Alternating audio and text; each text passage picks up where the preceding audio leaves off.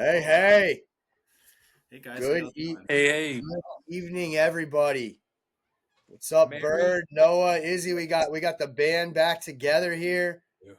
Yep. What a week to get it back together. Masters week, best time of the year. Happy holidays. Happy Man, birthday. It's something. Something big's happening this week.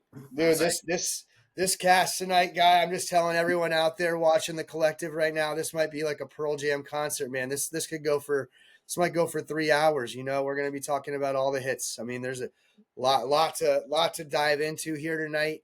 Excited to have some great dudes to talk about this with. And happy to be back. It's been a minute since I've had a chance to be here on the Swing Collective. Um, so Byrd, Noah is excited to jump into it with you guys. I usually have didn't get a chance to put it together this year. Got some other stuff going on, but I usually have a hell of a banger Masters party. Didn't get it going, but I was happy today. I had to go out and run some errands. Got home and I saw my lovely wife had our Masters flag fly in from the porch. Got the yard decoration out in the middle of the yard, the little Augusta Masters picture.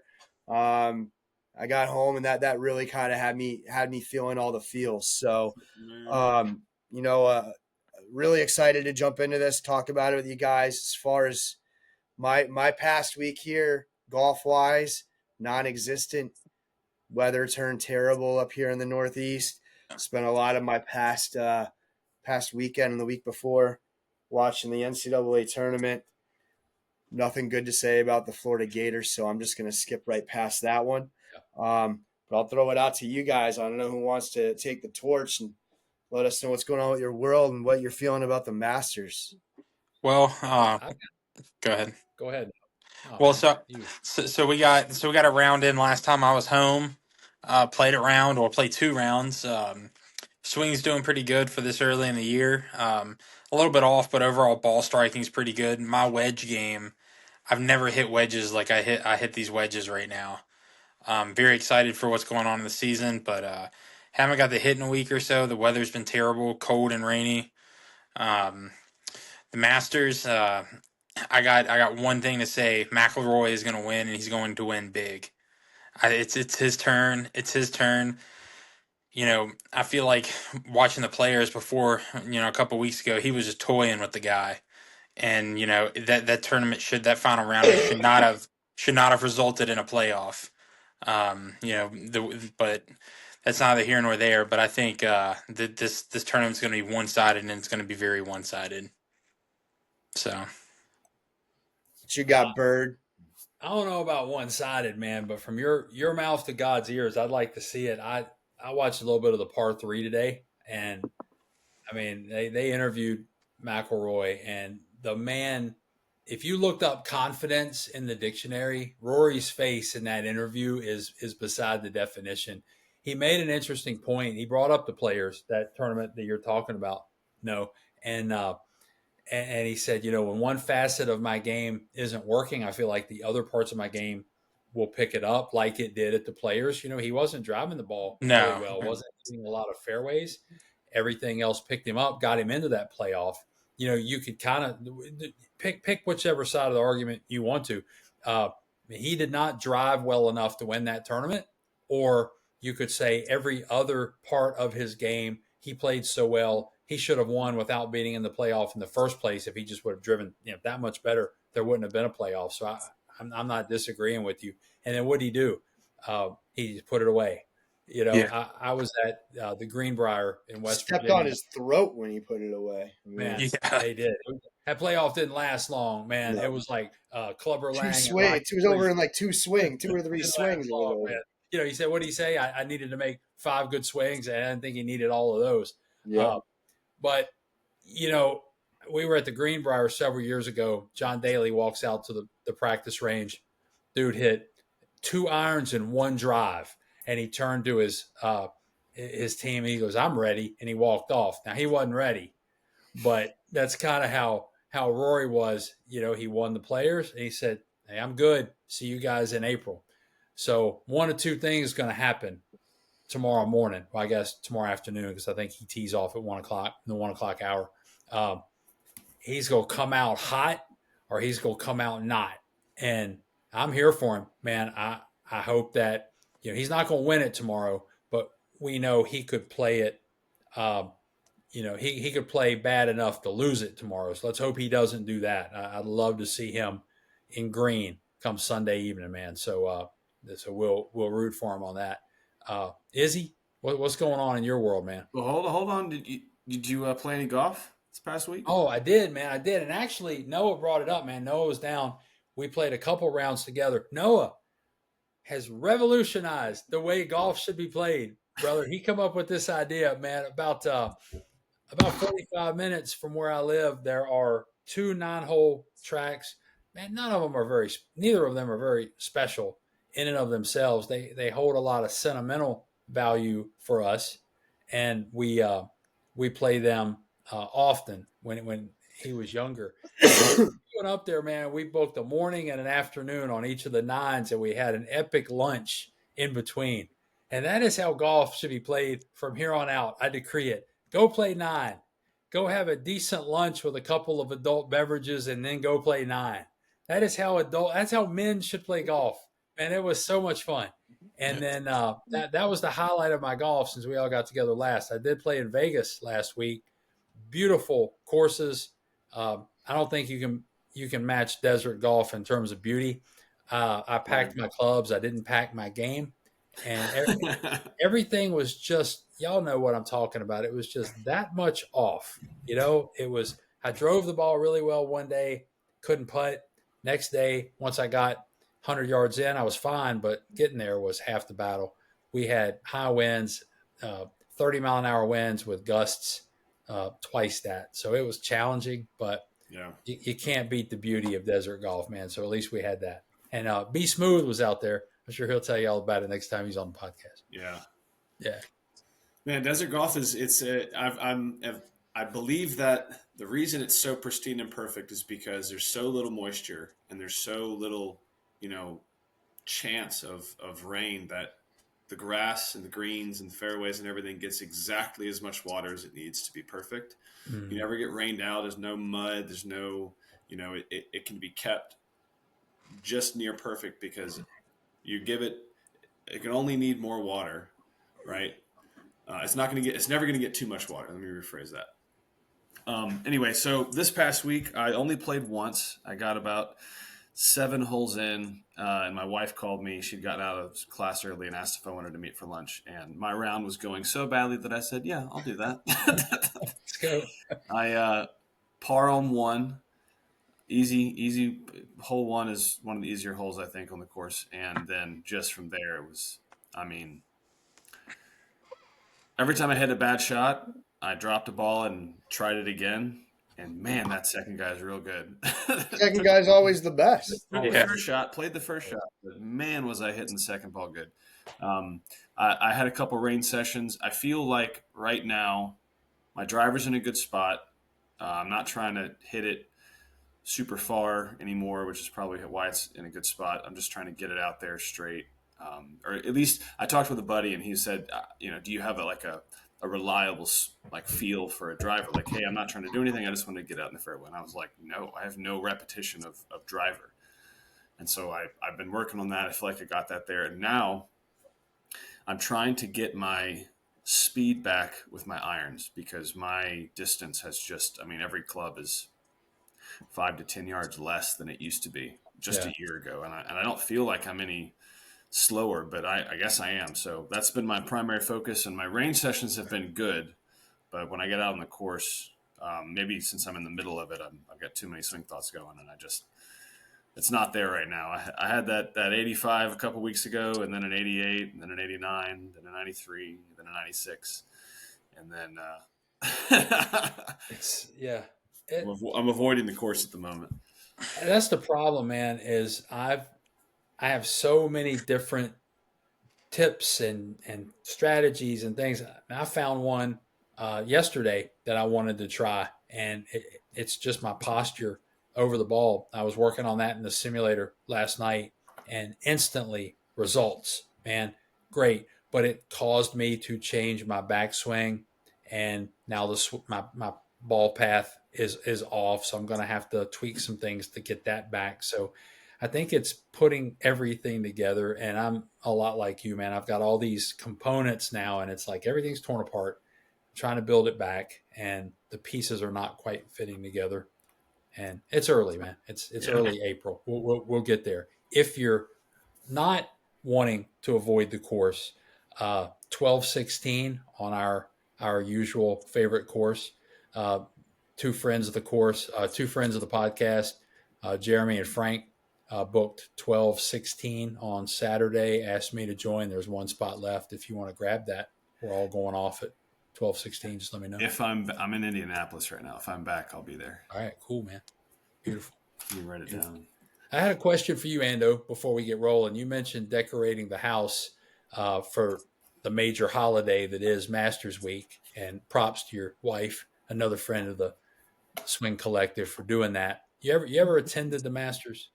If I ever attended the Masters, man, I love this question. Izzy and I were going over this before we got going here tonight. A swing collective member who's not here tonight, right? One of our buddies, Be Smooth. I believe he had an opportunity to go to the Masters tomorrow, and due to other commitments is unable to make it, and he expressed that in our text group. He did. And my response was, there is not a world that exists where if I had a chance to go, since I have not been to the Masters, that I would not be at the Masters tomorrow on Thursday. Yeah. Right. Regardless of my job, regardless of things like the question my wife asked me last night. She said, well, what if I was giving birth to one of our children? And I said, I'm going to have a chance to spend the rest of my life with that child. I don't know if I'm ever going to make it back to the Masters. So I can't answer that. Now, fortunately for this family, the factory shut down, so we're never going to have to cross that bridge and find out. Yeah. But in short, no, I have not been, and it's a bucket list goal. What about you? No, I think I think Byrd might be frozen up there with that smile on his face. So there he is. Nah, I've never been. I've put in for the lottery every year. Never been. I did have a supervisor though at my old job comes into work, and he's like wigging out, and I was like, "What's going on?" He's like, "Man, I'm trying to find flights," and I was like, "For what?" And he's like, I got to fly to Columbia, South Carolina from Washington D.C." I was like, "Why are you flying to Columbia?" He's like, "I got Masters tickets," and I was just like, "Oh," and they were Sunday tickets, so I was like, "Must be nice." It was one of the Scheffler victories. What's funny when you look at the ticket pricing, and I found this out with the U.S. Open as well. The Sunday tickets, believe it or not, are actually less expensive because everyone's trying to get out of town. So you would think everyone would want to be there on Sunday, but people actually want to be there Friday and Saturday, which if I'm going to a major, I want to be there on Sunday. That's just me. But I'm halfway to the Grand Slam. I've been to the PGA and the U.S. Open. Been to the U.S. Open with my friend Ando over here. Right. Went last year.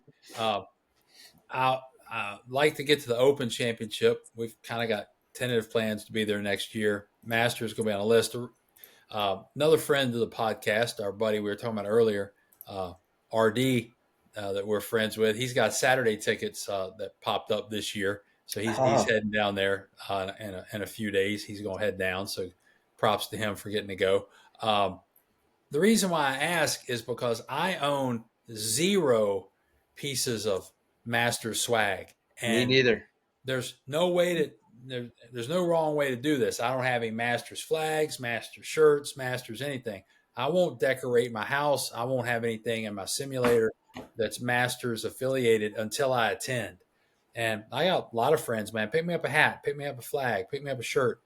No, sir. Nope. The Birdman will not have anything with Masters logos on it, no flag in the front yard, no nothing until I attend in person. And then I will probably sell off a kidney to spend in the gift shop while I'm down there, but nothing yet. I just wondered, since you have the Masters flag out and stuff like that, have you been? No wrong way to do it, but there's No, two. and I have the same policy as you. I only have the flag because of the party that we would host annually, just to add to the ambiance. But in terms of gear, Yep. tchotchkes, anything you can think of, I've been offered several times by folks I've known that have gone and said, "Hey, you want me to grab you something?" And I've said, "No, Yeah. no, I do not. I'm gonna get that on my own money That's right. when Izzy, I any get there." Masters gear in your place? Oh no, I think I'm in the same boat as you, Yeah. Jason. It's I gotta get through the rite of passage before I can have any Yeah. paraphernalia in the house.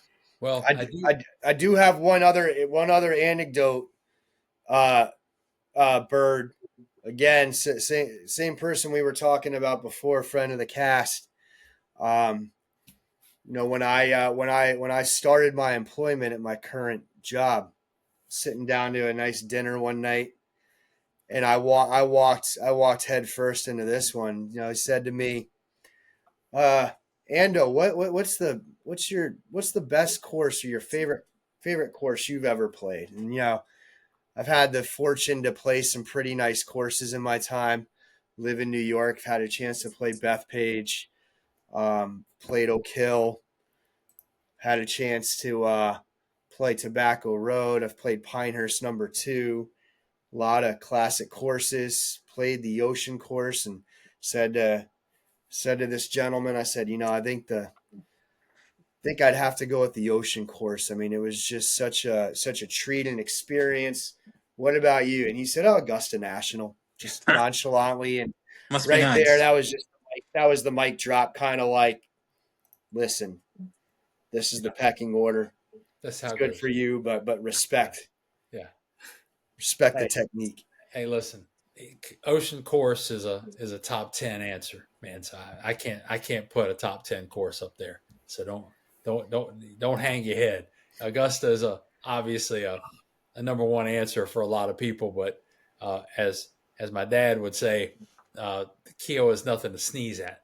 So no sneezing on the I'm collective with you. answer. It's an interesting question. We can get into it maybe at some point tonight, but I don't know. Chew on it for a little bit, guys. Is there anywhere else that's St. Andrews maybe? I don't know. I think I That's want to coming play real soon for me. Spyglass. Spyglass is one I want to play. Or Spanish Spyglass. Bay. Sorry, The Spanish Bay. Just the California courses, the Pebble, Spyglass in the Spanish Yeah. Bay or the Spanish Bay. I really want to play Winged Foot. That's a New York course that I think would be fun to play Winged Foot or It's fun. Shinnecock. It's fun. I've played Wingfoot. Yeah. Awesome course. I've got two really Oakmont. good friends that played Pebble, Spanish Bay, and Spyglass last Friday, Saturday, Sunday, and they'll be at the Masters Thursday, Friday, and Saturday this week. So, Andy, Vinny, I know you're listening to the collective on the regular. So next year, when you get your Master tickets, When you see them next, punch them. So How do they get tickets for all 4 days? they've got somebody, they've got a connection that gets tickets every year. Must be nice. Yeah, well, I'm just trying to cultivate that friendship, man. Because Yeah, yeah. someday it's gonna Now come they know around, you're baby. out. But Your motive's out the to box. get back to the root of the question, Noah, I give you a phone call one day and say, "Hey, man, I'll pay for you to go play golf anywhere in the country. Are you picking any of those courses over Augusta National?" I'm not. Maybe you are. I'm going to No, Augusta. no. Yeah, like Augusta's the best. Okay, Even though you think the Masters is overrated, which we've I didn't covered say in it was another overrated. cast. Let's go on record. Yeah, Okay, I did say it was overrated. I said I think it's more of a feat of strength to show up, never played Pebble, and roll out there and win the U.S. Open in harsh conditions. I think that is a better feat of golf strength. but listen to me. Counterpoint. Now, Izzy's going to throw something at me here because I know his affinity for the Masters, which we will get into on this podcast. And Izzy, I'm not saying you are wrong. my big up and slow down, you're probably going to slow down, but or you might big up depending on how I phrase it. But now, hear me out here.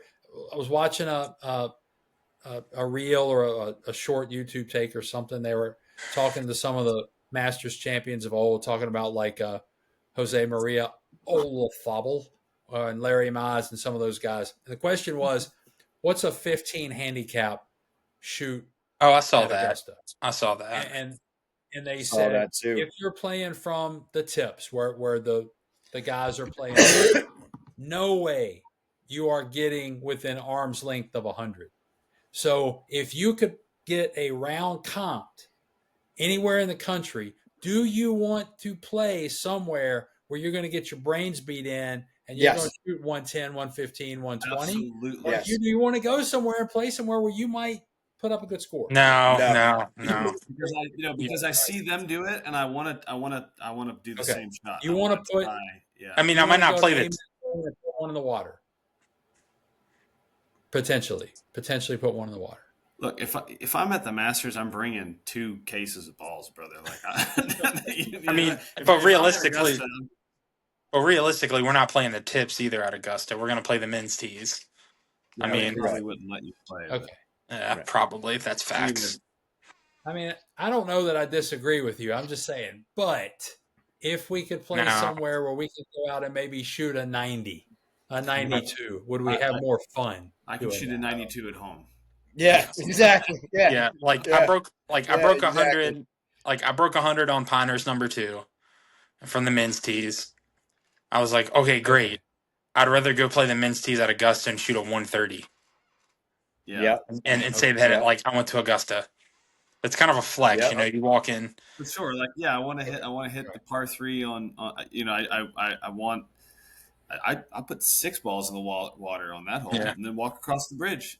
Yeah, exactly. Exactly. All right. Okay. All right. So Izzy, I think it's throwing it over to Byrd here, right? I think we're gonna touch a little bit on the Valero last week, and then all Masters all the time for the rest of it. Yeah, man. I mean, it was okay. The field was all right.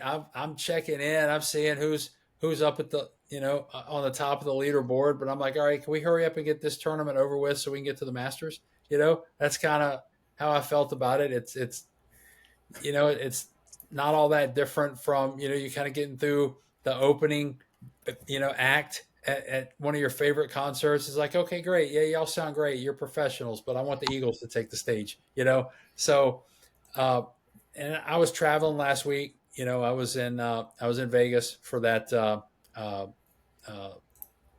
work event that we had. So I was a little bit distracted with that and everything, but I was checking the leaderboard, seeing what was going on. Anytime I can watch a guy who hits from the correct side of the ball win a tournament, I'm going to be down for that. So my man Harmon, he had me worried because he was, I think he was up by, was it 6 strokes or 7 strokes after Friday? And then it kind of closed to 3 strokes after Saturday's round. I was like, don't yak this up, my man. Come on, BH. Want to see you. And I think he ended up winning by 3. So he did what he had to do on Sunday. I think he was tied on the 10th tee, though. Was he tied or 1 up? Yeah, it was starting to concern me a little bit, man. But he did what he had to do, and I was glad to see that. As a golfer who appreciates people who hit from the correct side of the ball, I have had 2 of the most epic golfers of this generation ripped from my fandom. Like, I cannot root for somebody who makes it very difficult to like him. And I'm not naming any names, Phil Mickelson. He makes it difficult to like him. He's just far more likable if he just stops talking, But even on the videos with the Creator Classics and everything, it's just, could you just stop talking? Like, just stop talking. And then, and I've got some not firsthand personal experiences with Bubba Watson, but he was a regular participant in the Greenbrier Classics where I used to volunteer. So I kind of would interact with pre-Masters winning Bubba and then post-Masters winning Bubba. And after he won his first Masters, he went and had some plastic surgery. He got a chin lift. And, so he's kind of difficult to root for. So seeing Brian Harman, man, he's a good dude, small in stature, big in results, man. So I was really happy to see that he held on. But mainly, I was just trying to get to this week. And Shout out to Savannah, Brian Harmon's hometown. yeah, man, Where he has a place close to my heart. So love it down there, man, for sure. So yeah. Anyway, that was my big takeaway. I wanted to see him hold on. I'm glad he did. I enjoy the Texas swing. It gives us a couple good events after the Players, but man, we're back in Georgia, and I've been waiting for this now for several weeks. Let's get it going. Yeah. Oh yeah. I didn't get to catch much of the Valero. I work midnight to 8 a.m. as my assigned shift, so I'm sleeping while the rest of the world's awake. I worked all weekend. It was crazy. I just checked the score to see that Brian Harman won. This weekend, I'm also working as well. So I'm going to try to find time to watch. It might be come home, watch golf, take a little bit of nap, and then go to work. But, I mean, it's just, my opinion of the Masters has been made on this, has been well documented on this podcast.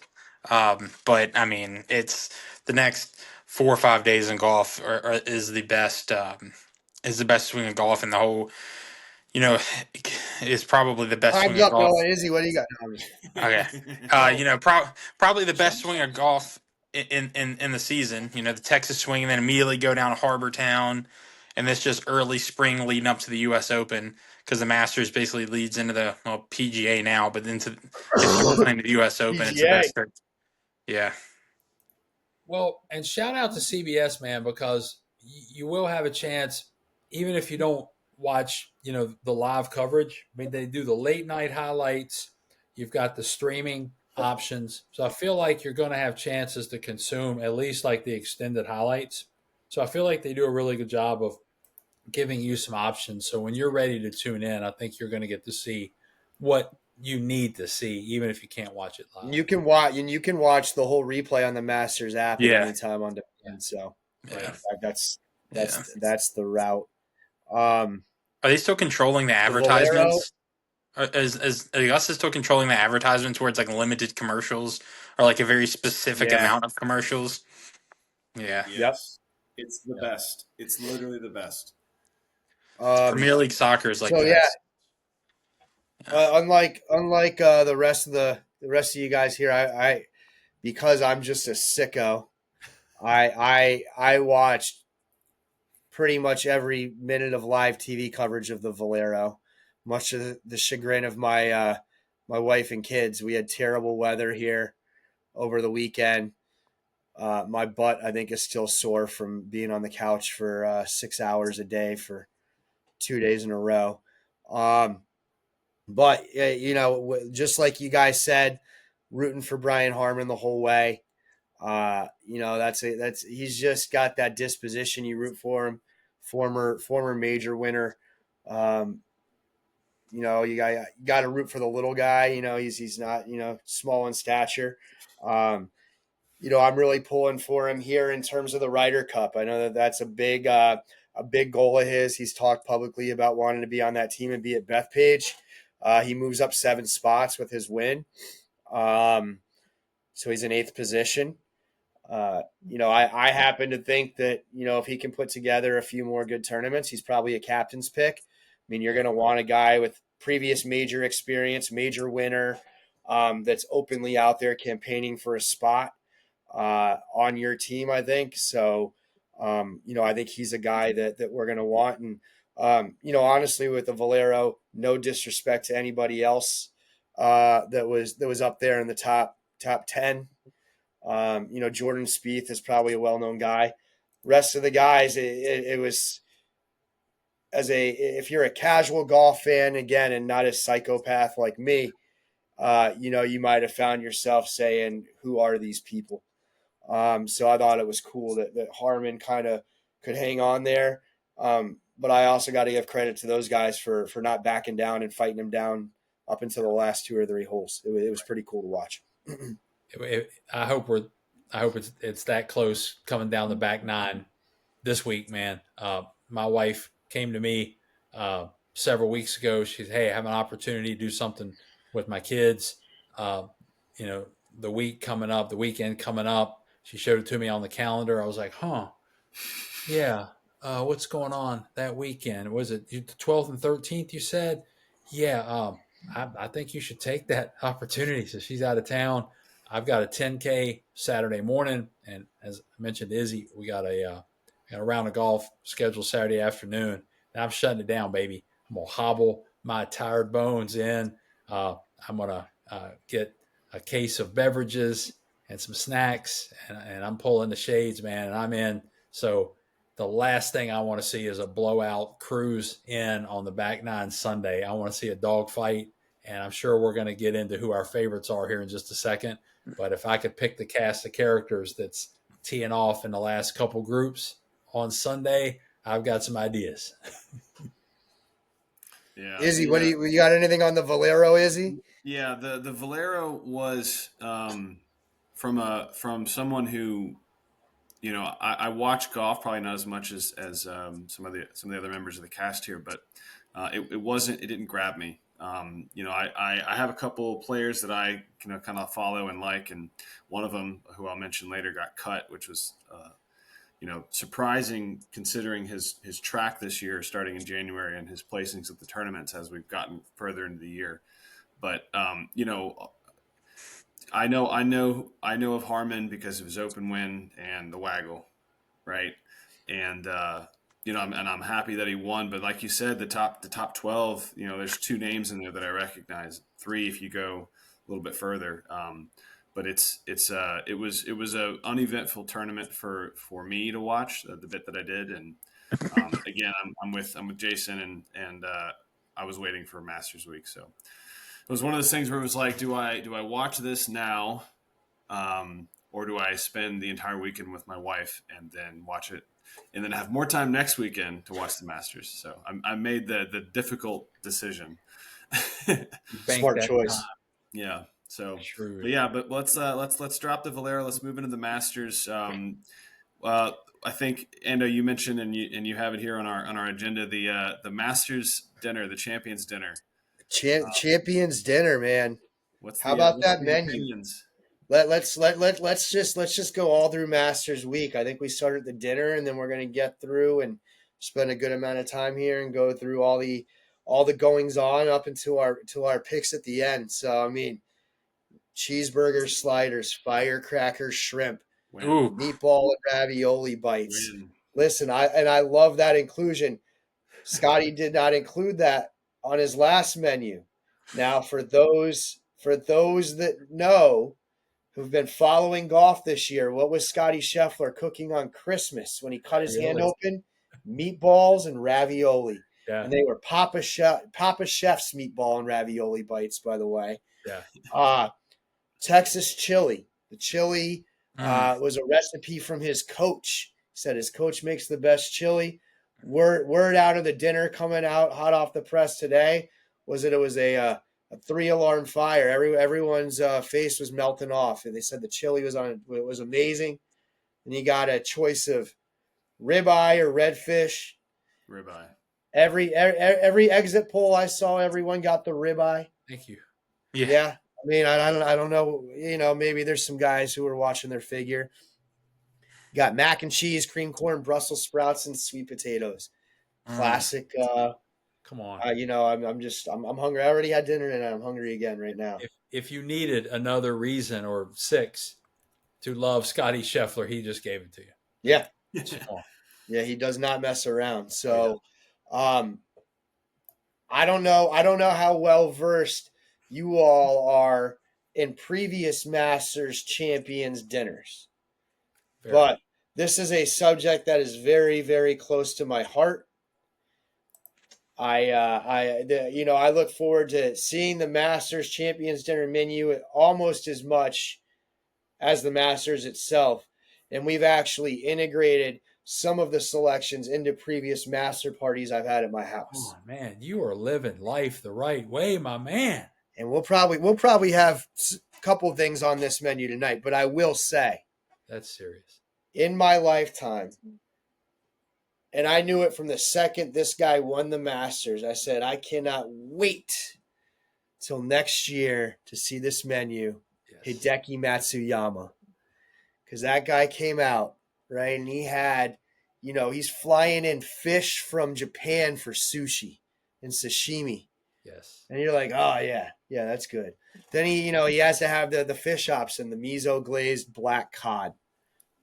Black cod, I've had it. Amazing fish. But what I knew was going to be there, and the man did not disappoint, for one of the featured main courses was the A5 Miyazaki Wagyu.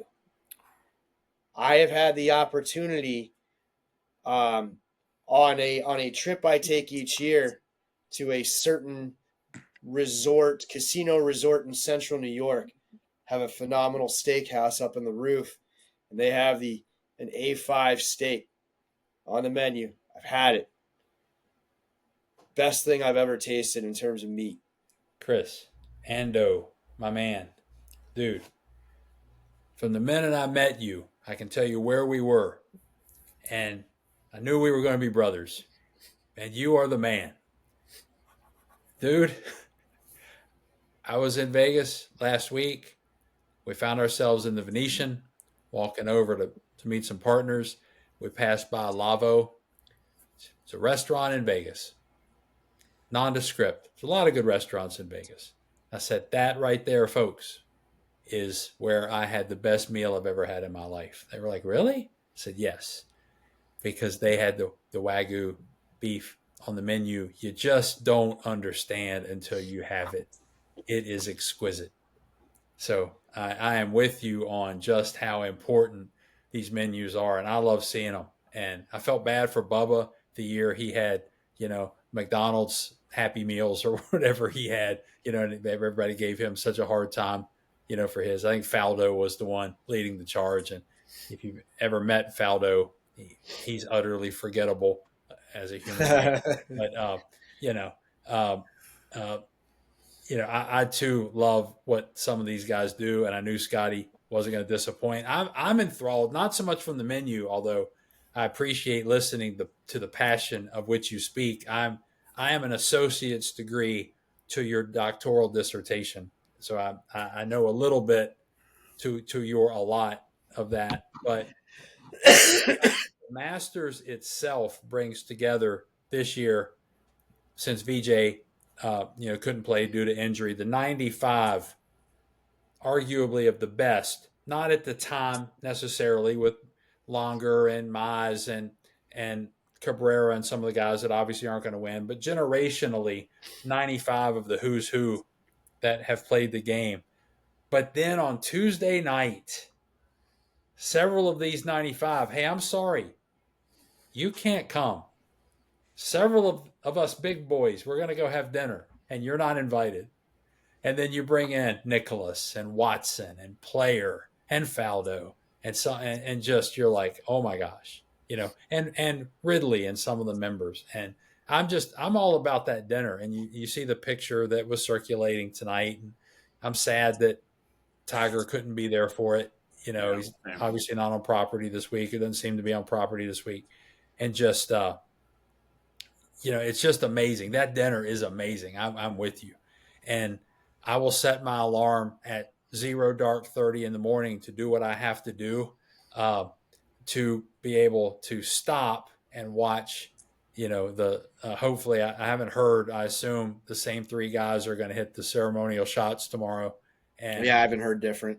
I will sit down. I want to watch that live. I don't want to watch the replay. And this will be Longer's last one because that was part of the dinner where he announced that this is his last, or not Longer. Was it long? No, wasn't Longer. It was. Was it?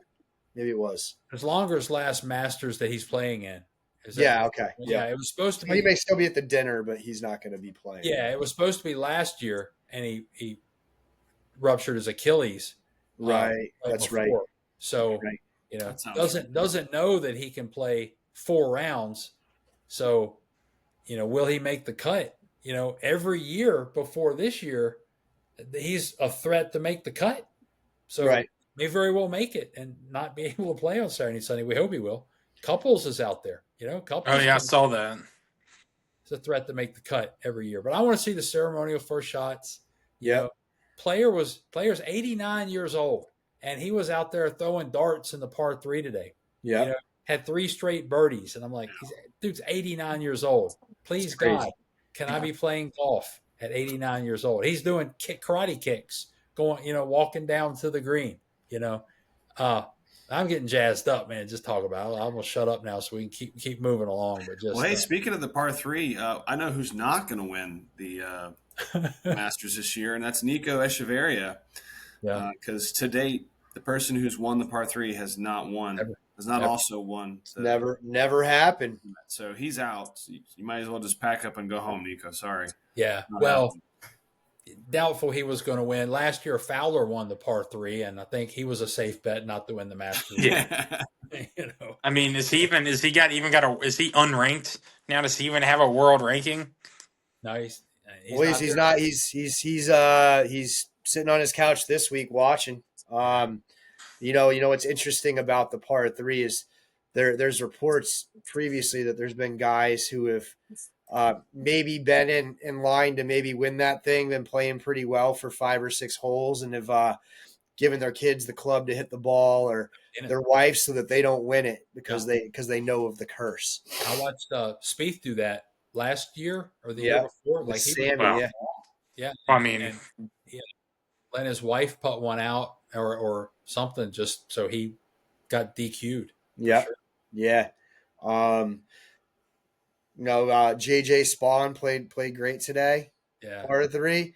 And maybe it's a blessing for him. It'd be some that would be a story to see JJ Spawn, the Giant Slayer, on Sunday. But hell of a story if he lost the par 3 contest and won the Masters. Could you imagine he and Rory? You know what? I think I'd take that. I think I'd take that trade. Yeah, I agree. Yeah, that's right. If I was playing the par 3 and I had a good season leading up to the Masters, and I'm playing, and I'm on the last hole of the par 3 and I'm in the lead, I am turning to the right and I'm hitting that ball as hard as I can. I'm just going this way. Byrd, I think you said something interesting though. Wow, I didn't even really think about that storyline till right now. But what if you get JJ Spawn and Rory paired up on Sunday? And JJ gets his revenge in the Masters for what he blew in the Players. That would be a story. Oh, that would. Sure. I would be very, very unwell. I'd be very, very disappointed. You and me both, man. I'm rooting for Rory myself. Yeah. Are we? We had. Oh, go ahead, Noah. Sorry. No. Are we done with the Masters talk yet? Are we going to big up, slow down? No, we're on the Masters forever. Okay. Keep going. Well, look. On our agenda, we've got apparently the bad weather at the course. Obviously, it was fine for the par 3 tournament earlier, but by and large, they had some pretty bad storms. And I didn't know if there was any damage on the course, but honestly, I don't think it matters because the whole course could have been lifted up and tossed into the ocean, and it would be rebuilt the next day. Yeah, grounds crew that's there.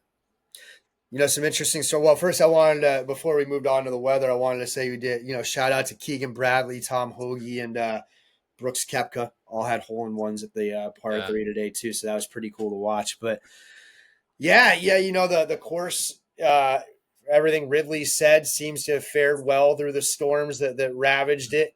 There was some significant damage that none of us here, and I think most of the general public will never know how truly severe it was. One thing is a testament to that. It slipped my mind. I was reading the other day. I think it might have been Phil, actually. I think it was Phil. Gave a little anecdote one year. He was there. Did you heard about this one, Izzy? Yeah. He was playing, and in front of him, a tree fell down across the fairway. He said by the time he got on the next tee box, you never even knew the tree was there. They in the time that he was there, they had a whole crew that came out, cut up the tree, took off the branches, removed the tree, resodded the area that the tree fell on. He said you'd look back and you would have no idea. So that grounds crew knows what they're doing, and I don't think it's a surprise at all that the course is looking great. Well, I just looked at the weather. Weather apparently is supposed to be fantastic for the rest of the week. A little cloudy tomorrow through Saturday, and then clear skies on Sunday. But I want it to be dry and hard with fast greens. I want the winner to shoot +3 for the weekend. I want it Dry, hard, and fast green sounds great as long as the temperature isn't like it was at Valero last week in the middle of San Antonio, when Saturday and Sunday it was 40 degrees. No, but I think it's going to be 80s, 90s in Augusta. So I must have looked at the wrong thing. I saw like mid 60s or something. Yeah, highs in the 60s. Okay, yeah. Oh. I just made that up. I was going to roll. That's Nevertheless, is there a perfect free, but we'll see how it goes. Is there a more perfect temperature? Mid to upper 60s in golfing. Man, I don't know. I just think it's going to be perfect regardless. I'm glad it's not going to rain. I thought Friday looked like it was going to be a little wet, so I'm glad they canceled that. So, man, it's just going to be great. I always hold my breath. I do the same thing every year. About Tuesday, I download Augusta on my weather app and just hold my breath and look. And I saw a little bit of rain Friday, and Saturday and Sunday looked beautiful. I was like, I'll take it. So I'm glad we're having good weather. Hot take though. I don't mind seeing a little rain there every now and then. It kind of makes it a little more exciting. And it's funny how it can change things on that course, because a lot of times, you rain and you think you're battling the elements and the conditions, but there's been a lot of really low scores at Augusta when they can get some rain and the greens get a little stickier. That's right. But yeah, it's gonna be a great weekend. Masters picks, guys. Here we go. I'll kick it off and then I'll throw it over to Noah. I had the opportunity to be at the U.S. Open with Mr. Byrd last summer. I've never collectively felt the heartache of such a large group of people as I did watching Rory McIlroy miss that putt on 18. I'll never forget that sound just echoing through Pinehurst of Rory missing that putt, and everyone at once just going, oh, like it was almost like somebody gasping for air. It was like just people couldn't believe what they saw. I was always a big Rory fan. And, I think after seeing that, it just more solidified for me, wanting to see him win the Masters. After that, I want to see him get some redemption. I'm super excited to see him off to a hot start this year. Another fact, another stat here for you guys. The past 3 years, the leader on the PGA Tour going into the Masters and wins for the season has won the Masters. Rory McIlroy is leading the PGA Tour with 2 wins. I think Rory McIlroy wins the Masters in a dogfight. I think it's going to be Jon Rahm in there. It's going to be pretty close. I think you're going to hear Bryson a little bit, and I think Tony Finau, this is a guy that has never been able to quite break through there. He's been kind of quiet this year. I think that this is a chance to see those 4 guys, but I think that Rory McIlroy wins the Masters. Yeah. Noah, what do you think? Ride with me, brother. That's why I went to you, because I know you. McIlroy, I think, is the favorite. I'd like to see him pull away and then be very one-sided, because I want to see him win that bad. But if it's not him, I think it's going to be one of the usual suspects: Scheffler, DeChambeau, Ludwig. It's going to be one of just the usual, Jon Rahm, Dustin Johnson. Like it's going to be the usual suspects, or it's going to be Rory McIlroy. I don't think we're going to see some rando come up and take it. But definitely Rory. I'll be watching all weekend. So Byrd.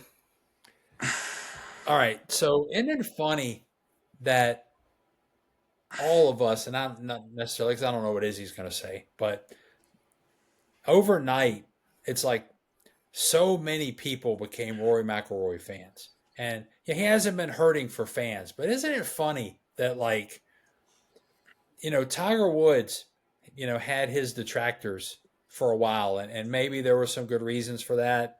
Um, maybe there were some not so good reasons for that. And then as his career progressed and he aged and we started losing his dominance a little bit, it seemed like more and more people galvanized behind him, and he's got an army of fans. And he's always had, but even more so now.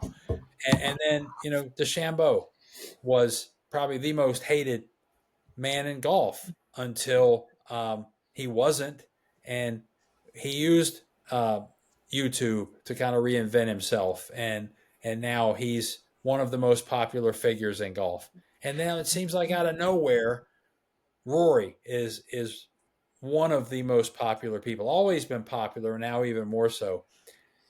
I bet you if you went to Rory McIlroy walking off the property at Pinehurst and said, "Man, I know this hurts, but did you know this loss is going to be the pathway for you to slip on the green jacket in April? Will you take that trade?" He would take that trade in a heartbeat, right? Be one of only, what, five guys to win, four guys to have the career Grand Slam? Of course he would take that deal. And I want to say, I think Rory McIlroy is going to win it. It just feels like it's too easy of a pick. He's playing great golf. Ando, your stat is spot on. He sounds confident. I know he's ready. Physically, he's in as good of shape he's ever been in his life. Mentally, he sounds like he's in a good spot. His game is sharp. He's won twice. It's too easy. It's too easy of a pick. My heart, man, I want to pick Rory McIlroy. I can't do it. I don't think he's going to win. It's just too easy. It's too neat. And I hope when we record next week, maybe Me Smooth will be back and I'll be on the bench and y'all can say, "I wish Byrd was here so we could say, ha, I told you so." I will be smiling on the bench going, "Man, never have I been as happy as I am today that I was wrong." But I just think it's too easy of a pick. I think it's going to be somebody that we're not expecting. I do, no, you say the usual suspects. Oberg is like Oberg Ivan is. Drago. Man, he's like a machine. I don't know that you say someone you're not expecting with him though. I mean, he's the top No, I don't mean five him. golfer in the I'm world. sorry, Right? I don't mean him. One first time out, runner up. It's like he's Ivan Drago. Nothing gets to him. DeChambeau is an easy pick. Koepka could miss the cut. He could win it. I don't think it's going to be any of those guys. I think it's going to be somebody that comes out of nowhere. Not that he comes out of nowhere, but I'm thinking Colin Morikawa or Thomas Dietrich. Maybe Matsuyama slips it on for the second time. I think it's going to be somebody that we're not expecting. Maybe a Victor Hovland. no. That's a And bold and I don't even know if you can put Matt. I don't think you can put Matt. He's No. on the struggle right now. I'm just No. saying, not that any of these guys are like Matsuyama wouldn't surprise me though. Okay. Or Morikawa. Those other guys you said, I would be like, wow, didn't see that coming. Deserving. One and all. Look, man, we're talking about 95 greats here. Obviously, half of them are not threats to win necessarily. Amateurs and people past their prime. Matsuyama, Morikawa, Hovland, they're all great. But we're not talking about them. Is all I'm saying. Yeah. I see somebody like that, Thomas Dietrich. Somebody it would be obviously a huge surprise. I just think it's somebody that we're not talking about. No. So I'm in a Masters pool with another group, right? If it's that one you sent me, I got into it as well. Okay. Yep, I did send you one. I think I have another one I could probably send over to you as well. Send it. Um, I'm in. but I was trying to find it here because I know I have it. In my picks that I actually had to pick in this other one, I'm in 7 golfers, and in those 7, I picked. Here we go: Bryson DeChambeau, Hideki Matsuyama, John Rahm, Ludwig Oberg, Rory McIlroy, Tony Finau, and Scotty Scheffler. I mean, So look, dude. It could be any of those people. I'm certainly not saying any of these guys can't win. Rory could come out and hose the field. Man, it's too neat, you know. It's his time. It's the universe. It's his time. I sure hope so. I It's the sure hope so. universe. I sure hope so. All the reels on Instagram. It's his time. It's his I time. sure hope so. I just don't think it's going to happen. Yeah. Izzy, So I think my 3 brain picks that my head is like, okay, are Scheffler, Rory, and DeChambeau. I think I want Rory to win because obviously it'd be cool to see the 3, they finally get the Grand Slam. He'll be on 3 for the year. It'd be cool to see him return to form and maybe pick up another couple tournaments.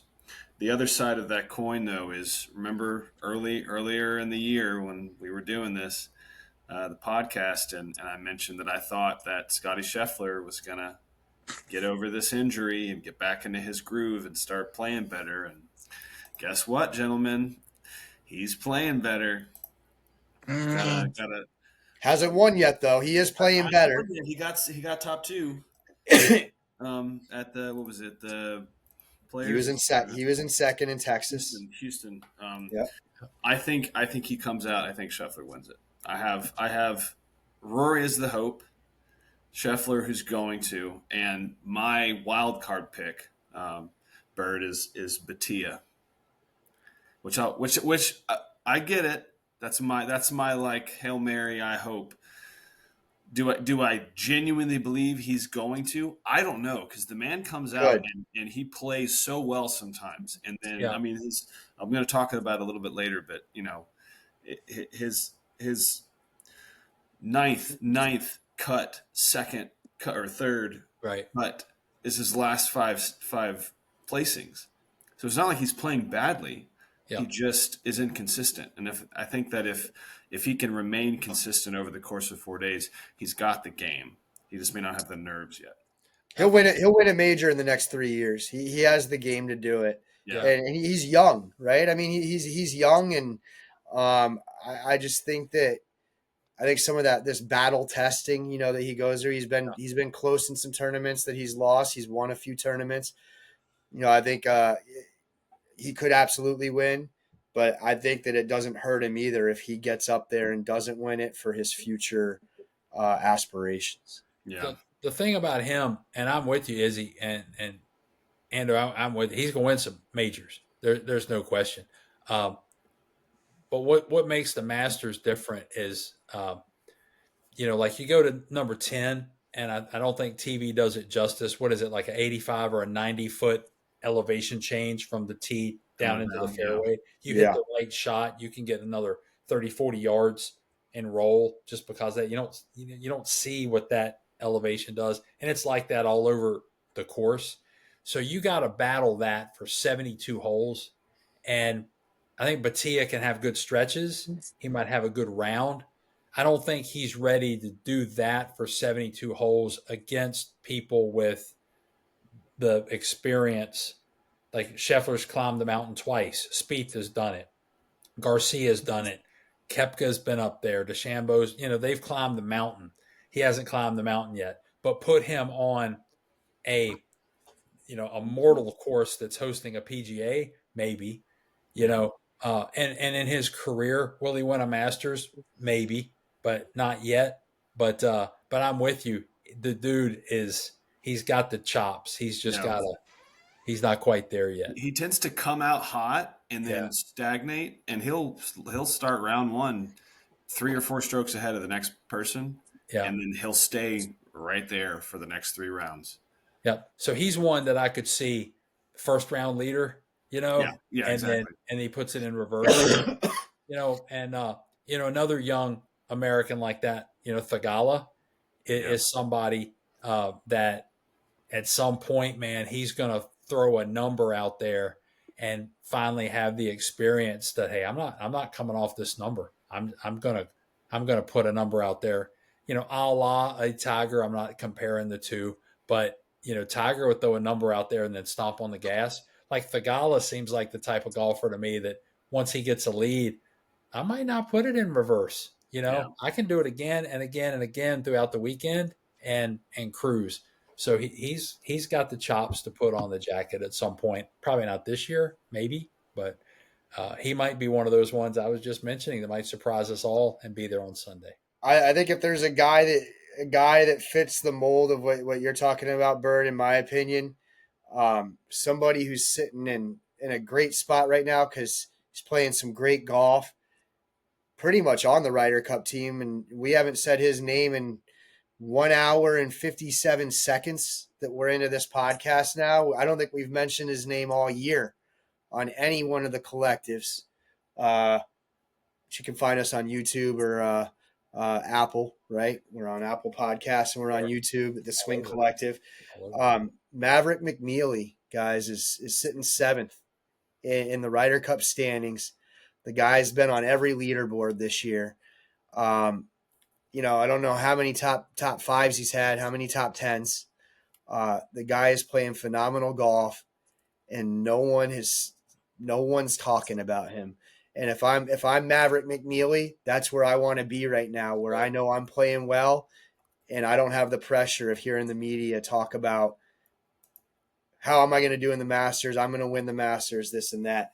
That's somebody that I think we should watch out for. I have another one we'll talk about in a little bit as well. But yeah, I think, in segueing into one of our regular features here on the collective, Big Up and Slow Down. I'll throw it over to you to lead us into there. So I kind of had two big up slowdowns coming into this week. The first was kind of what I was going to go with all week. Me and Byrd had a conversation earlier in the week. What network does the worst job at broadcasting professional golf? And I determined that watching the U.S. Open on Fox is hard and very tough to watch because of their coverage of the tournament. But I decided to go in a different direction. Another conversation me and Byrd had a couple of nights ago. YouTube golf in the content creator world is getting too overcrowded and is becoming a bit much.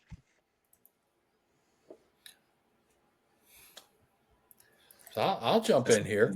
Okay. And that come out of left field. So, and knee jerk reaction. I'm gonna go Big Up. I think we're at a point now, man, where it's Too crowded. Getting a little crowded, getting a little oversaturated. And it was something that I have really enjoyed, and I know we might hear some difference of opinions here. I know we've all talked about this in our group text throughout the week, so I won't speak for anybody else on here, and we'll see what others want to share. There's several that I really enjoy. Grant Horvat is one of my absolute favorites. I really appreciate the Bryan brothers. I find one of the Bryan brothers really enjoyable, and I find one of them very irritating. And I will not identify which is which. I find one of the more popular channels, like Bob Does Sports, I don't watch it anymore because I got sick of, hey, can we consume a gallon of eggnog and 5 dozen cookies and a 9-hole match? Like, I don't care if you can or not. Yeah. So I got a little tired of like the hokey, cheesy, wheel of drinks kind of things. Bryson's got great content, which he's not really a creator as much as he is a pro golfer that also YouTubes. But, you can only watch so many break 50s before. Okay, I've seen this before. And I kind of feel like that's where I am with all of YouTube, and it's not a crack on them. It's just how many ways can you skin a cat? They they've come up with some great things, but can I shoot par with Walmart clubs? I don't know, man. I feel like I've seen you try 7 times and it doesn't matter anymore. So I'm kind of getting oversaturated. I like the collabs that they're doing with PGA and now Live, but even that's kind of growing old to me because I feel like I've been there, done that. So I don't know that the space is getting crowded for me, no, because I can just pick and choose who I watch. And there are some on there that I just don't have time for. Like, Gabby Golf Girl, you know, more power to you, but I'm not interested. Busta Jack, really popular. I've never watched a single episode and I just don't have time. Nothing against Busta Jack. Rick Shields, I'm just kind of grown tired of your shtick, and the whole Live partnership is not for me. So, like I'm just picking and choosing, and no disrespect, I can thin out the tree, uh, but it's just gone stale for me because it feels like it's the same episode over and over and over. So I'll go big up for that reason. Yeah. I'm gonna recuse myself from this because we've covered this before. Out of those 10 people you've mentioned, I think I might know 2 of them. I don't watch content creator golf unless it happens to pop up on a reel. Don't really give a shit about it. I'm also going to recuse myself because I hope to one day have the Swing Collective that you can find on YouTube and Apple Podcasts Everybody become watches so it. successful that I no longer have to work at my current day job. And I feel that by interjecting and discussing this, I am being counterintuitive to what I'm trying to accomplish right now. So good job, Noah. I'm staying out of this one. Okay. This was Shark Tank. I'm out.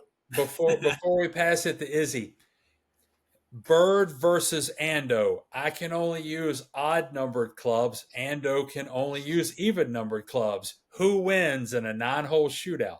Nobody Nobody wins. has to be drunk. Yeah, Nobody nobody wins. Everybody wants to see. I think I'll split y'all down the middle. There are a lot of people making content, but you can tell who's making good content and who's making bad content. I think I'll lean in with Jason here on they're running out of things to do. One of the things that I loved about Good, and I know that they're generally targeted for a younger audience, though I do believe, just based on recent videos I've seen, they're kind of upping their age demographic a little bit and how they do their videos and kind of some of the jokes they leave in and some language that they use. They did weird oddball challenges that might seem a little stupid, but it was a different take on the game. A lot of the major creators that you named, Jason, they just play against each other and then someone wins. And it's like, okay, well, I can just go watch professionals play way better on TV, every weekend pretty much. Like, why would I watch you guys? And I think that it's just getting to a point where, and Bob Does Sports, I cannot stand them. Not that I don't hate the guys, but I don't think I've finished a video and maybe gotten 5. That part of golf, the drinking and heavily drinking and getting shit-faced and just being crazy loud music, that's not me. I like playing competitively. I like being. Don't play golf with me then, Izzy. Yeah. Oh yeah. I guess, well, man, we'll see. But as in like I don't mind. I can go out there and have some drinks and have a good time. But if I'm out there playing and some dude on a hole 2 holes over, I can hear his music. That's gonna bother me. Or like someone's so drunk that they crash their cart into the lake. That bothers me. There's a line that I'm like, just don't cross the line, dude. Like, we're out here. It's a there's some etiquette. But yeah, I think it's just they're running out of shit to do. Get off my lawn. Hey, look, brother. Yeah. Look. Hey. Yeah. I'm getting older. I'll acknowledge it. Oh my gosh. I love it. So I think another big up slow down topic that was Byrd. I'll throw it to you. I think you had a good one. All right. So in the vein of Masters Week, I've got one, and Well, this one's a tough one because I don't have an answer for my own question. Okay, but I'm going to let you guys build your own golf resume. Okay, Okay. and I'll even answer my own here. So it's not really a big up, slow down. I'm just going to let you pick either or. Okay, money aside. Okay, because obviously maybe we would pick the bigger payday. So try to answer this one based on uh, uh, an answer that does not factor in the money side of this. Okay, you're building your golf resume, and on your resume you can have one Masters win or two of the other Grand Slam championships. What are you picking? And and maybe tell us why. Izzy, I'll kick it to you first because I think I know your answer.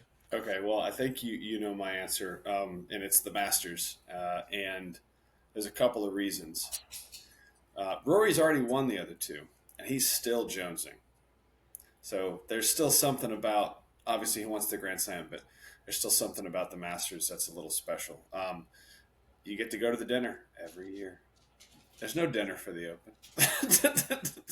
No, they have a dinner. There's a dinner. Yeah. You just don't hear about it because it's nothing. Because it not as sucks. important. Because it sucks. Yeah. It sucks. Obviously the Open, you get once you win, you have entry in for I think until you turn 60 or something, you get to play every year. I don't know, man. Something about the Masters, just it.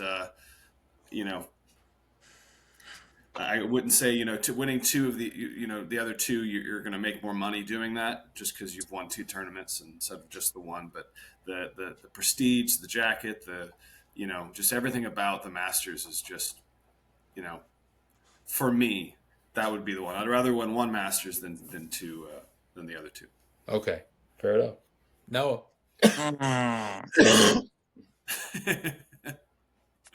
Two majors. Give me a U.S. Open and an Open Championship. Because I mean, the Masters, like, yes, you've done it once, but you've won two majors. You know what I mean? You've done it twice. Give me a U.S. Open. Give me a U.S. Open at Pebble, and I wanted St. Andrews. Yeah, give me an Open and give me both Opens. Okay. If you can be that specific, okay, I can see that. Yeah. I can pay for a trip to Scotland. I can get up early in the morning and go stand outside in the rain, and I can play at St. Andrews. If I'm a PGA Tour golfer capable of winning any one of these, I can go pay my $600 to play at Pebble Beach. Hell, I'm probably getting invited by people to go play at Pebble Beach whenever I want. Yeah. But if I win the Masters, my guess is for the rest of my life. I know. I don't believe that you become a member of Augusta when you win the Masters. You don't. But I'm pretty confident that if you want to go play golf at Augusta National, they're happy to have 2025 Masters winner Chris Anderson whenever he wants to come play at Augusta with the members, right? And that's something that I don't know how often other PGA players are afforded that opportunity. I also don't. Again, you have the dinner. We talked about how important that is to me. And being it just with the history of the place, there's no question to me that it's winning the Masters. And we can up this. It doesn't have to be two majors. It could be six majors. Now, if we're talking about having 18 or 19, and now I'm the all-time majors leader, well, maybe I want that. But I think if it's anything under that, I'm willing to go up to a very high number to win the Masters over anything else. That is bold. That's slick. That's bold. All right. Yeah. So my answer was going to be U.S. Open and Open Championship. No, we must be related. But then as we were talking tonight, I changed my answer to the Masters, and I won't be a parrot here, but for all the reasons we talked about, it's the only major that you get to play in it for as long as you are capable to play. The others, you get a finite number of return visits. Yeah. So, that in and of itself, you're in the fraternity forever. You do get to go back and play Augusta whenever you want. There's only 2 former Masters champions that are members of Augusta National. One of them's Nicholas for sure. I don't remember who the other one is. I just read it not long ago. I don't remember who the other one is, but it's Nicholas and one other are full members. The others are not, and it's not Tiger. I remember that. But you're part of the fraternity forever, So that's special. Do you think Danny Willett or Francesco? Well, Molinari didn't win, but you think Danny Willett or Mike Weir are saying, "Man, I'm going to give up that Masters to take 2 U.S. Opens"? No. Unlikely. Yeah. Unlikely. But now I will say this: there is a number for me that's far less than 18. Okay. Yeah, same. So it's Yeah, probably like not 2. But now, if we get to 3 or 4, and if it's the other 3, I'm for sure taking them. If money's not an object, why does it matter? Because, man, it's just legacy for me. And I know the Masters is the Masters. It is, for me, the number 1. No doubt. But at some point, for me, the legacy of your resume, like Rory McIlroy right now, if you said, hey, Rory, you've got 4. Which one has he won twice? I guess the PGA? Has he won the PGA? Yeah. Okay. Yep. Hey, Rory, you can trade the 4 in for 1 Masters. Are you doing it? I've never heard that question asked to him. I would assume he says no. Yeah. But maybe not. If you say Rory, you can trade the other 4 in for 1 Masters and 87 PGA Tour wins. Well, that's perhaps. Yeah, perhaps. But if you told me, hey, Byrd, you can have the other 3, or you can have a green jacket. I'm thinking long and hard. You can have 4. You can have 2 of 2 US. the other 2, but no master. I'm taking the 4. Yeah. Like my number's at least 4, maybe 3. Fair enough. But if it's 2, I'll take the Masters. That's the best thing about living in a mostly free country we live in right now is that we can all have opinions, and sometimes people like Byrd can be wrong, but we can still discuss these things. I hope I was wrong about 27 minutes ago when I told you Rory's not going to win, because damn it, I love Scotty Scheffler, and there are several of those golfers that I have an affinity for, and I hope they're all there coming down the back 9, and I hope Rory has an 8-foot putt to ice it on 18, and I hope it's nothing but center cup. So I hope it happens. So I love being wrong. So it's on you here to bring us home, Byrd, for welfare check. Man, my welfare check is somebody that 10 years ago I thought was going to rewrite the record books, and that's my man Jordan Spieth. But a funny thing happened on the way to the record books. I was watching the back 9 as he was cruising along toward winning his 2nd green jacket, and a young Noah walked in the room and it woke me from my nap to let me know he put one in the water at Amen Corner, and he got punched in the face. And I don't think his career ever recovered. I think right there was the start of Jordan Spieth's backslide in his career, and he never recovered from coughing up that Masters. And I don't even think it was a cough up, man. It just happened. But what was he up? 3 strokes, 4 strokes, and he acted up better. 4 strokes. Other golfers have coughed up more.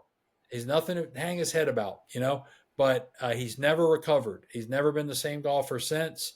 Now we're a decade later. He has 0 majors since then, and very seldom is he ever a threat. He's got a handful of tournament wins. So this is the year that, I'm asking myself, do we see the Spieth who we hear he's healthy now, the wrist is better, or do we see the same Spieth that we have seen over the last few years? My head tells me not much has changed.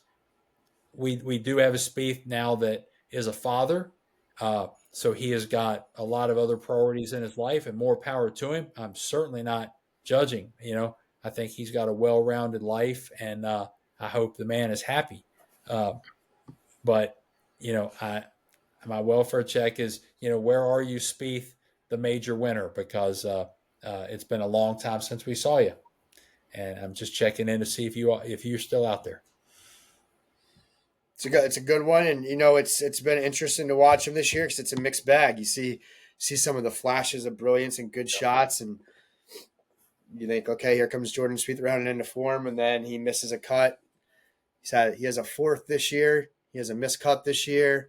He's a 20. I mean, he's all over the board, but it's a guy that could do it. Past Masters winner, knows how to play the course. Obviously, what you got, Izzy? I mentioned it earlier to you guys, and I was talking to Ando about it off the camera. Akshay Bhatia is my welfare check, and here's why.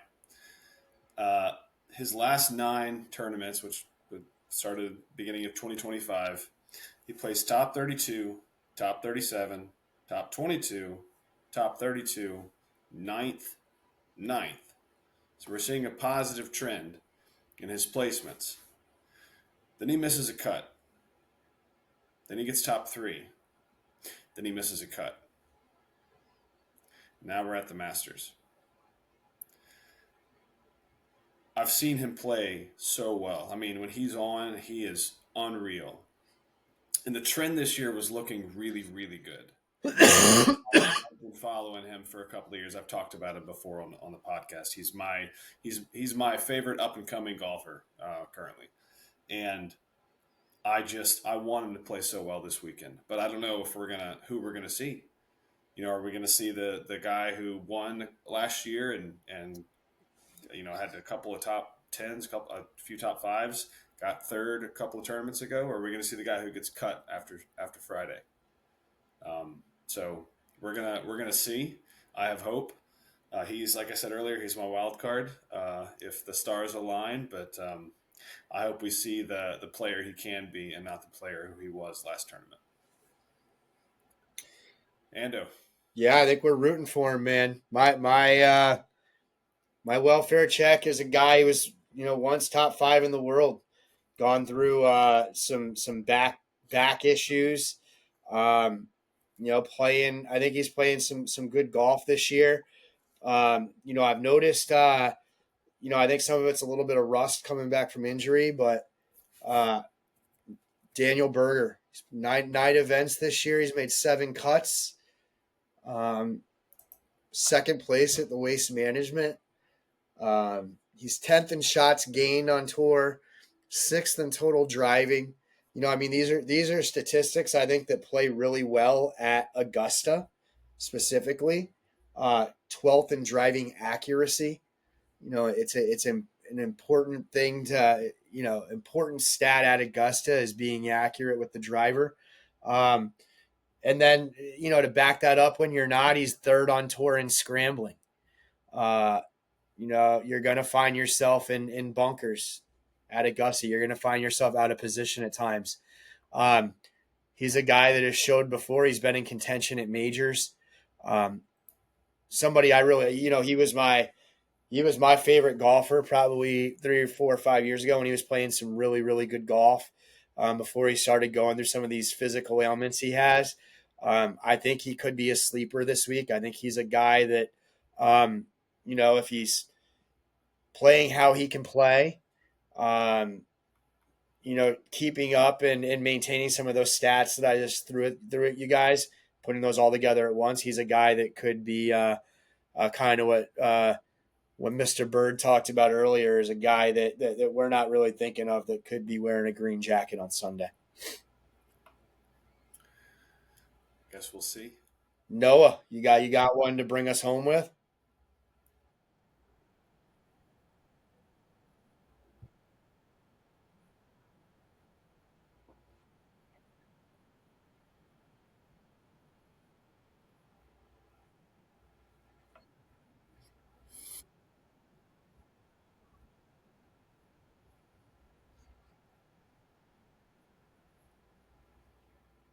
He is. I love Shane Lowry. He's not the Irishman I hope is holding up the trophy on Sunday. That would be a crazy, terrible turn of events for Rory if if Shane Lowry won. I mean, it would be funny though because those guys are really close buddies. Number one, it'd be interesting to see what kind of effect it has on that dynamic and their relationship. And number two, it'd be funny to be Rory going over to Shane Lowry's house for a beer every now and then and having to walk by that thing every time you walk in the door. That's right. I think a few years ago maybe it would have been a problem, but part of Rory's appeal now is I feel like, he was kind of when the whole live golf thing happened, he was very vocal and he seemed like an ass at times with how he was talking about it, and I think that put a distaste in people's mouths. I know my brother does not like him, and it started with the live golf stuff and what he was saying. I think he's kind of cooled off and gotten a little more mature and kind of decided maybe I don't need to be the spokesperson for all this stuff. I think if Lowry won, he'd probably take it on the chin and be fine.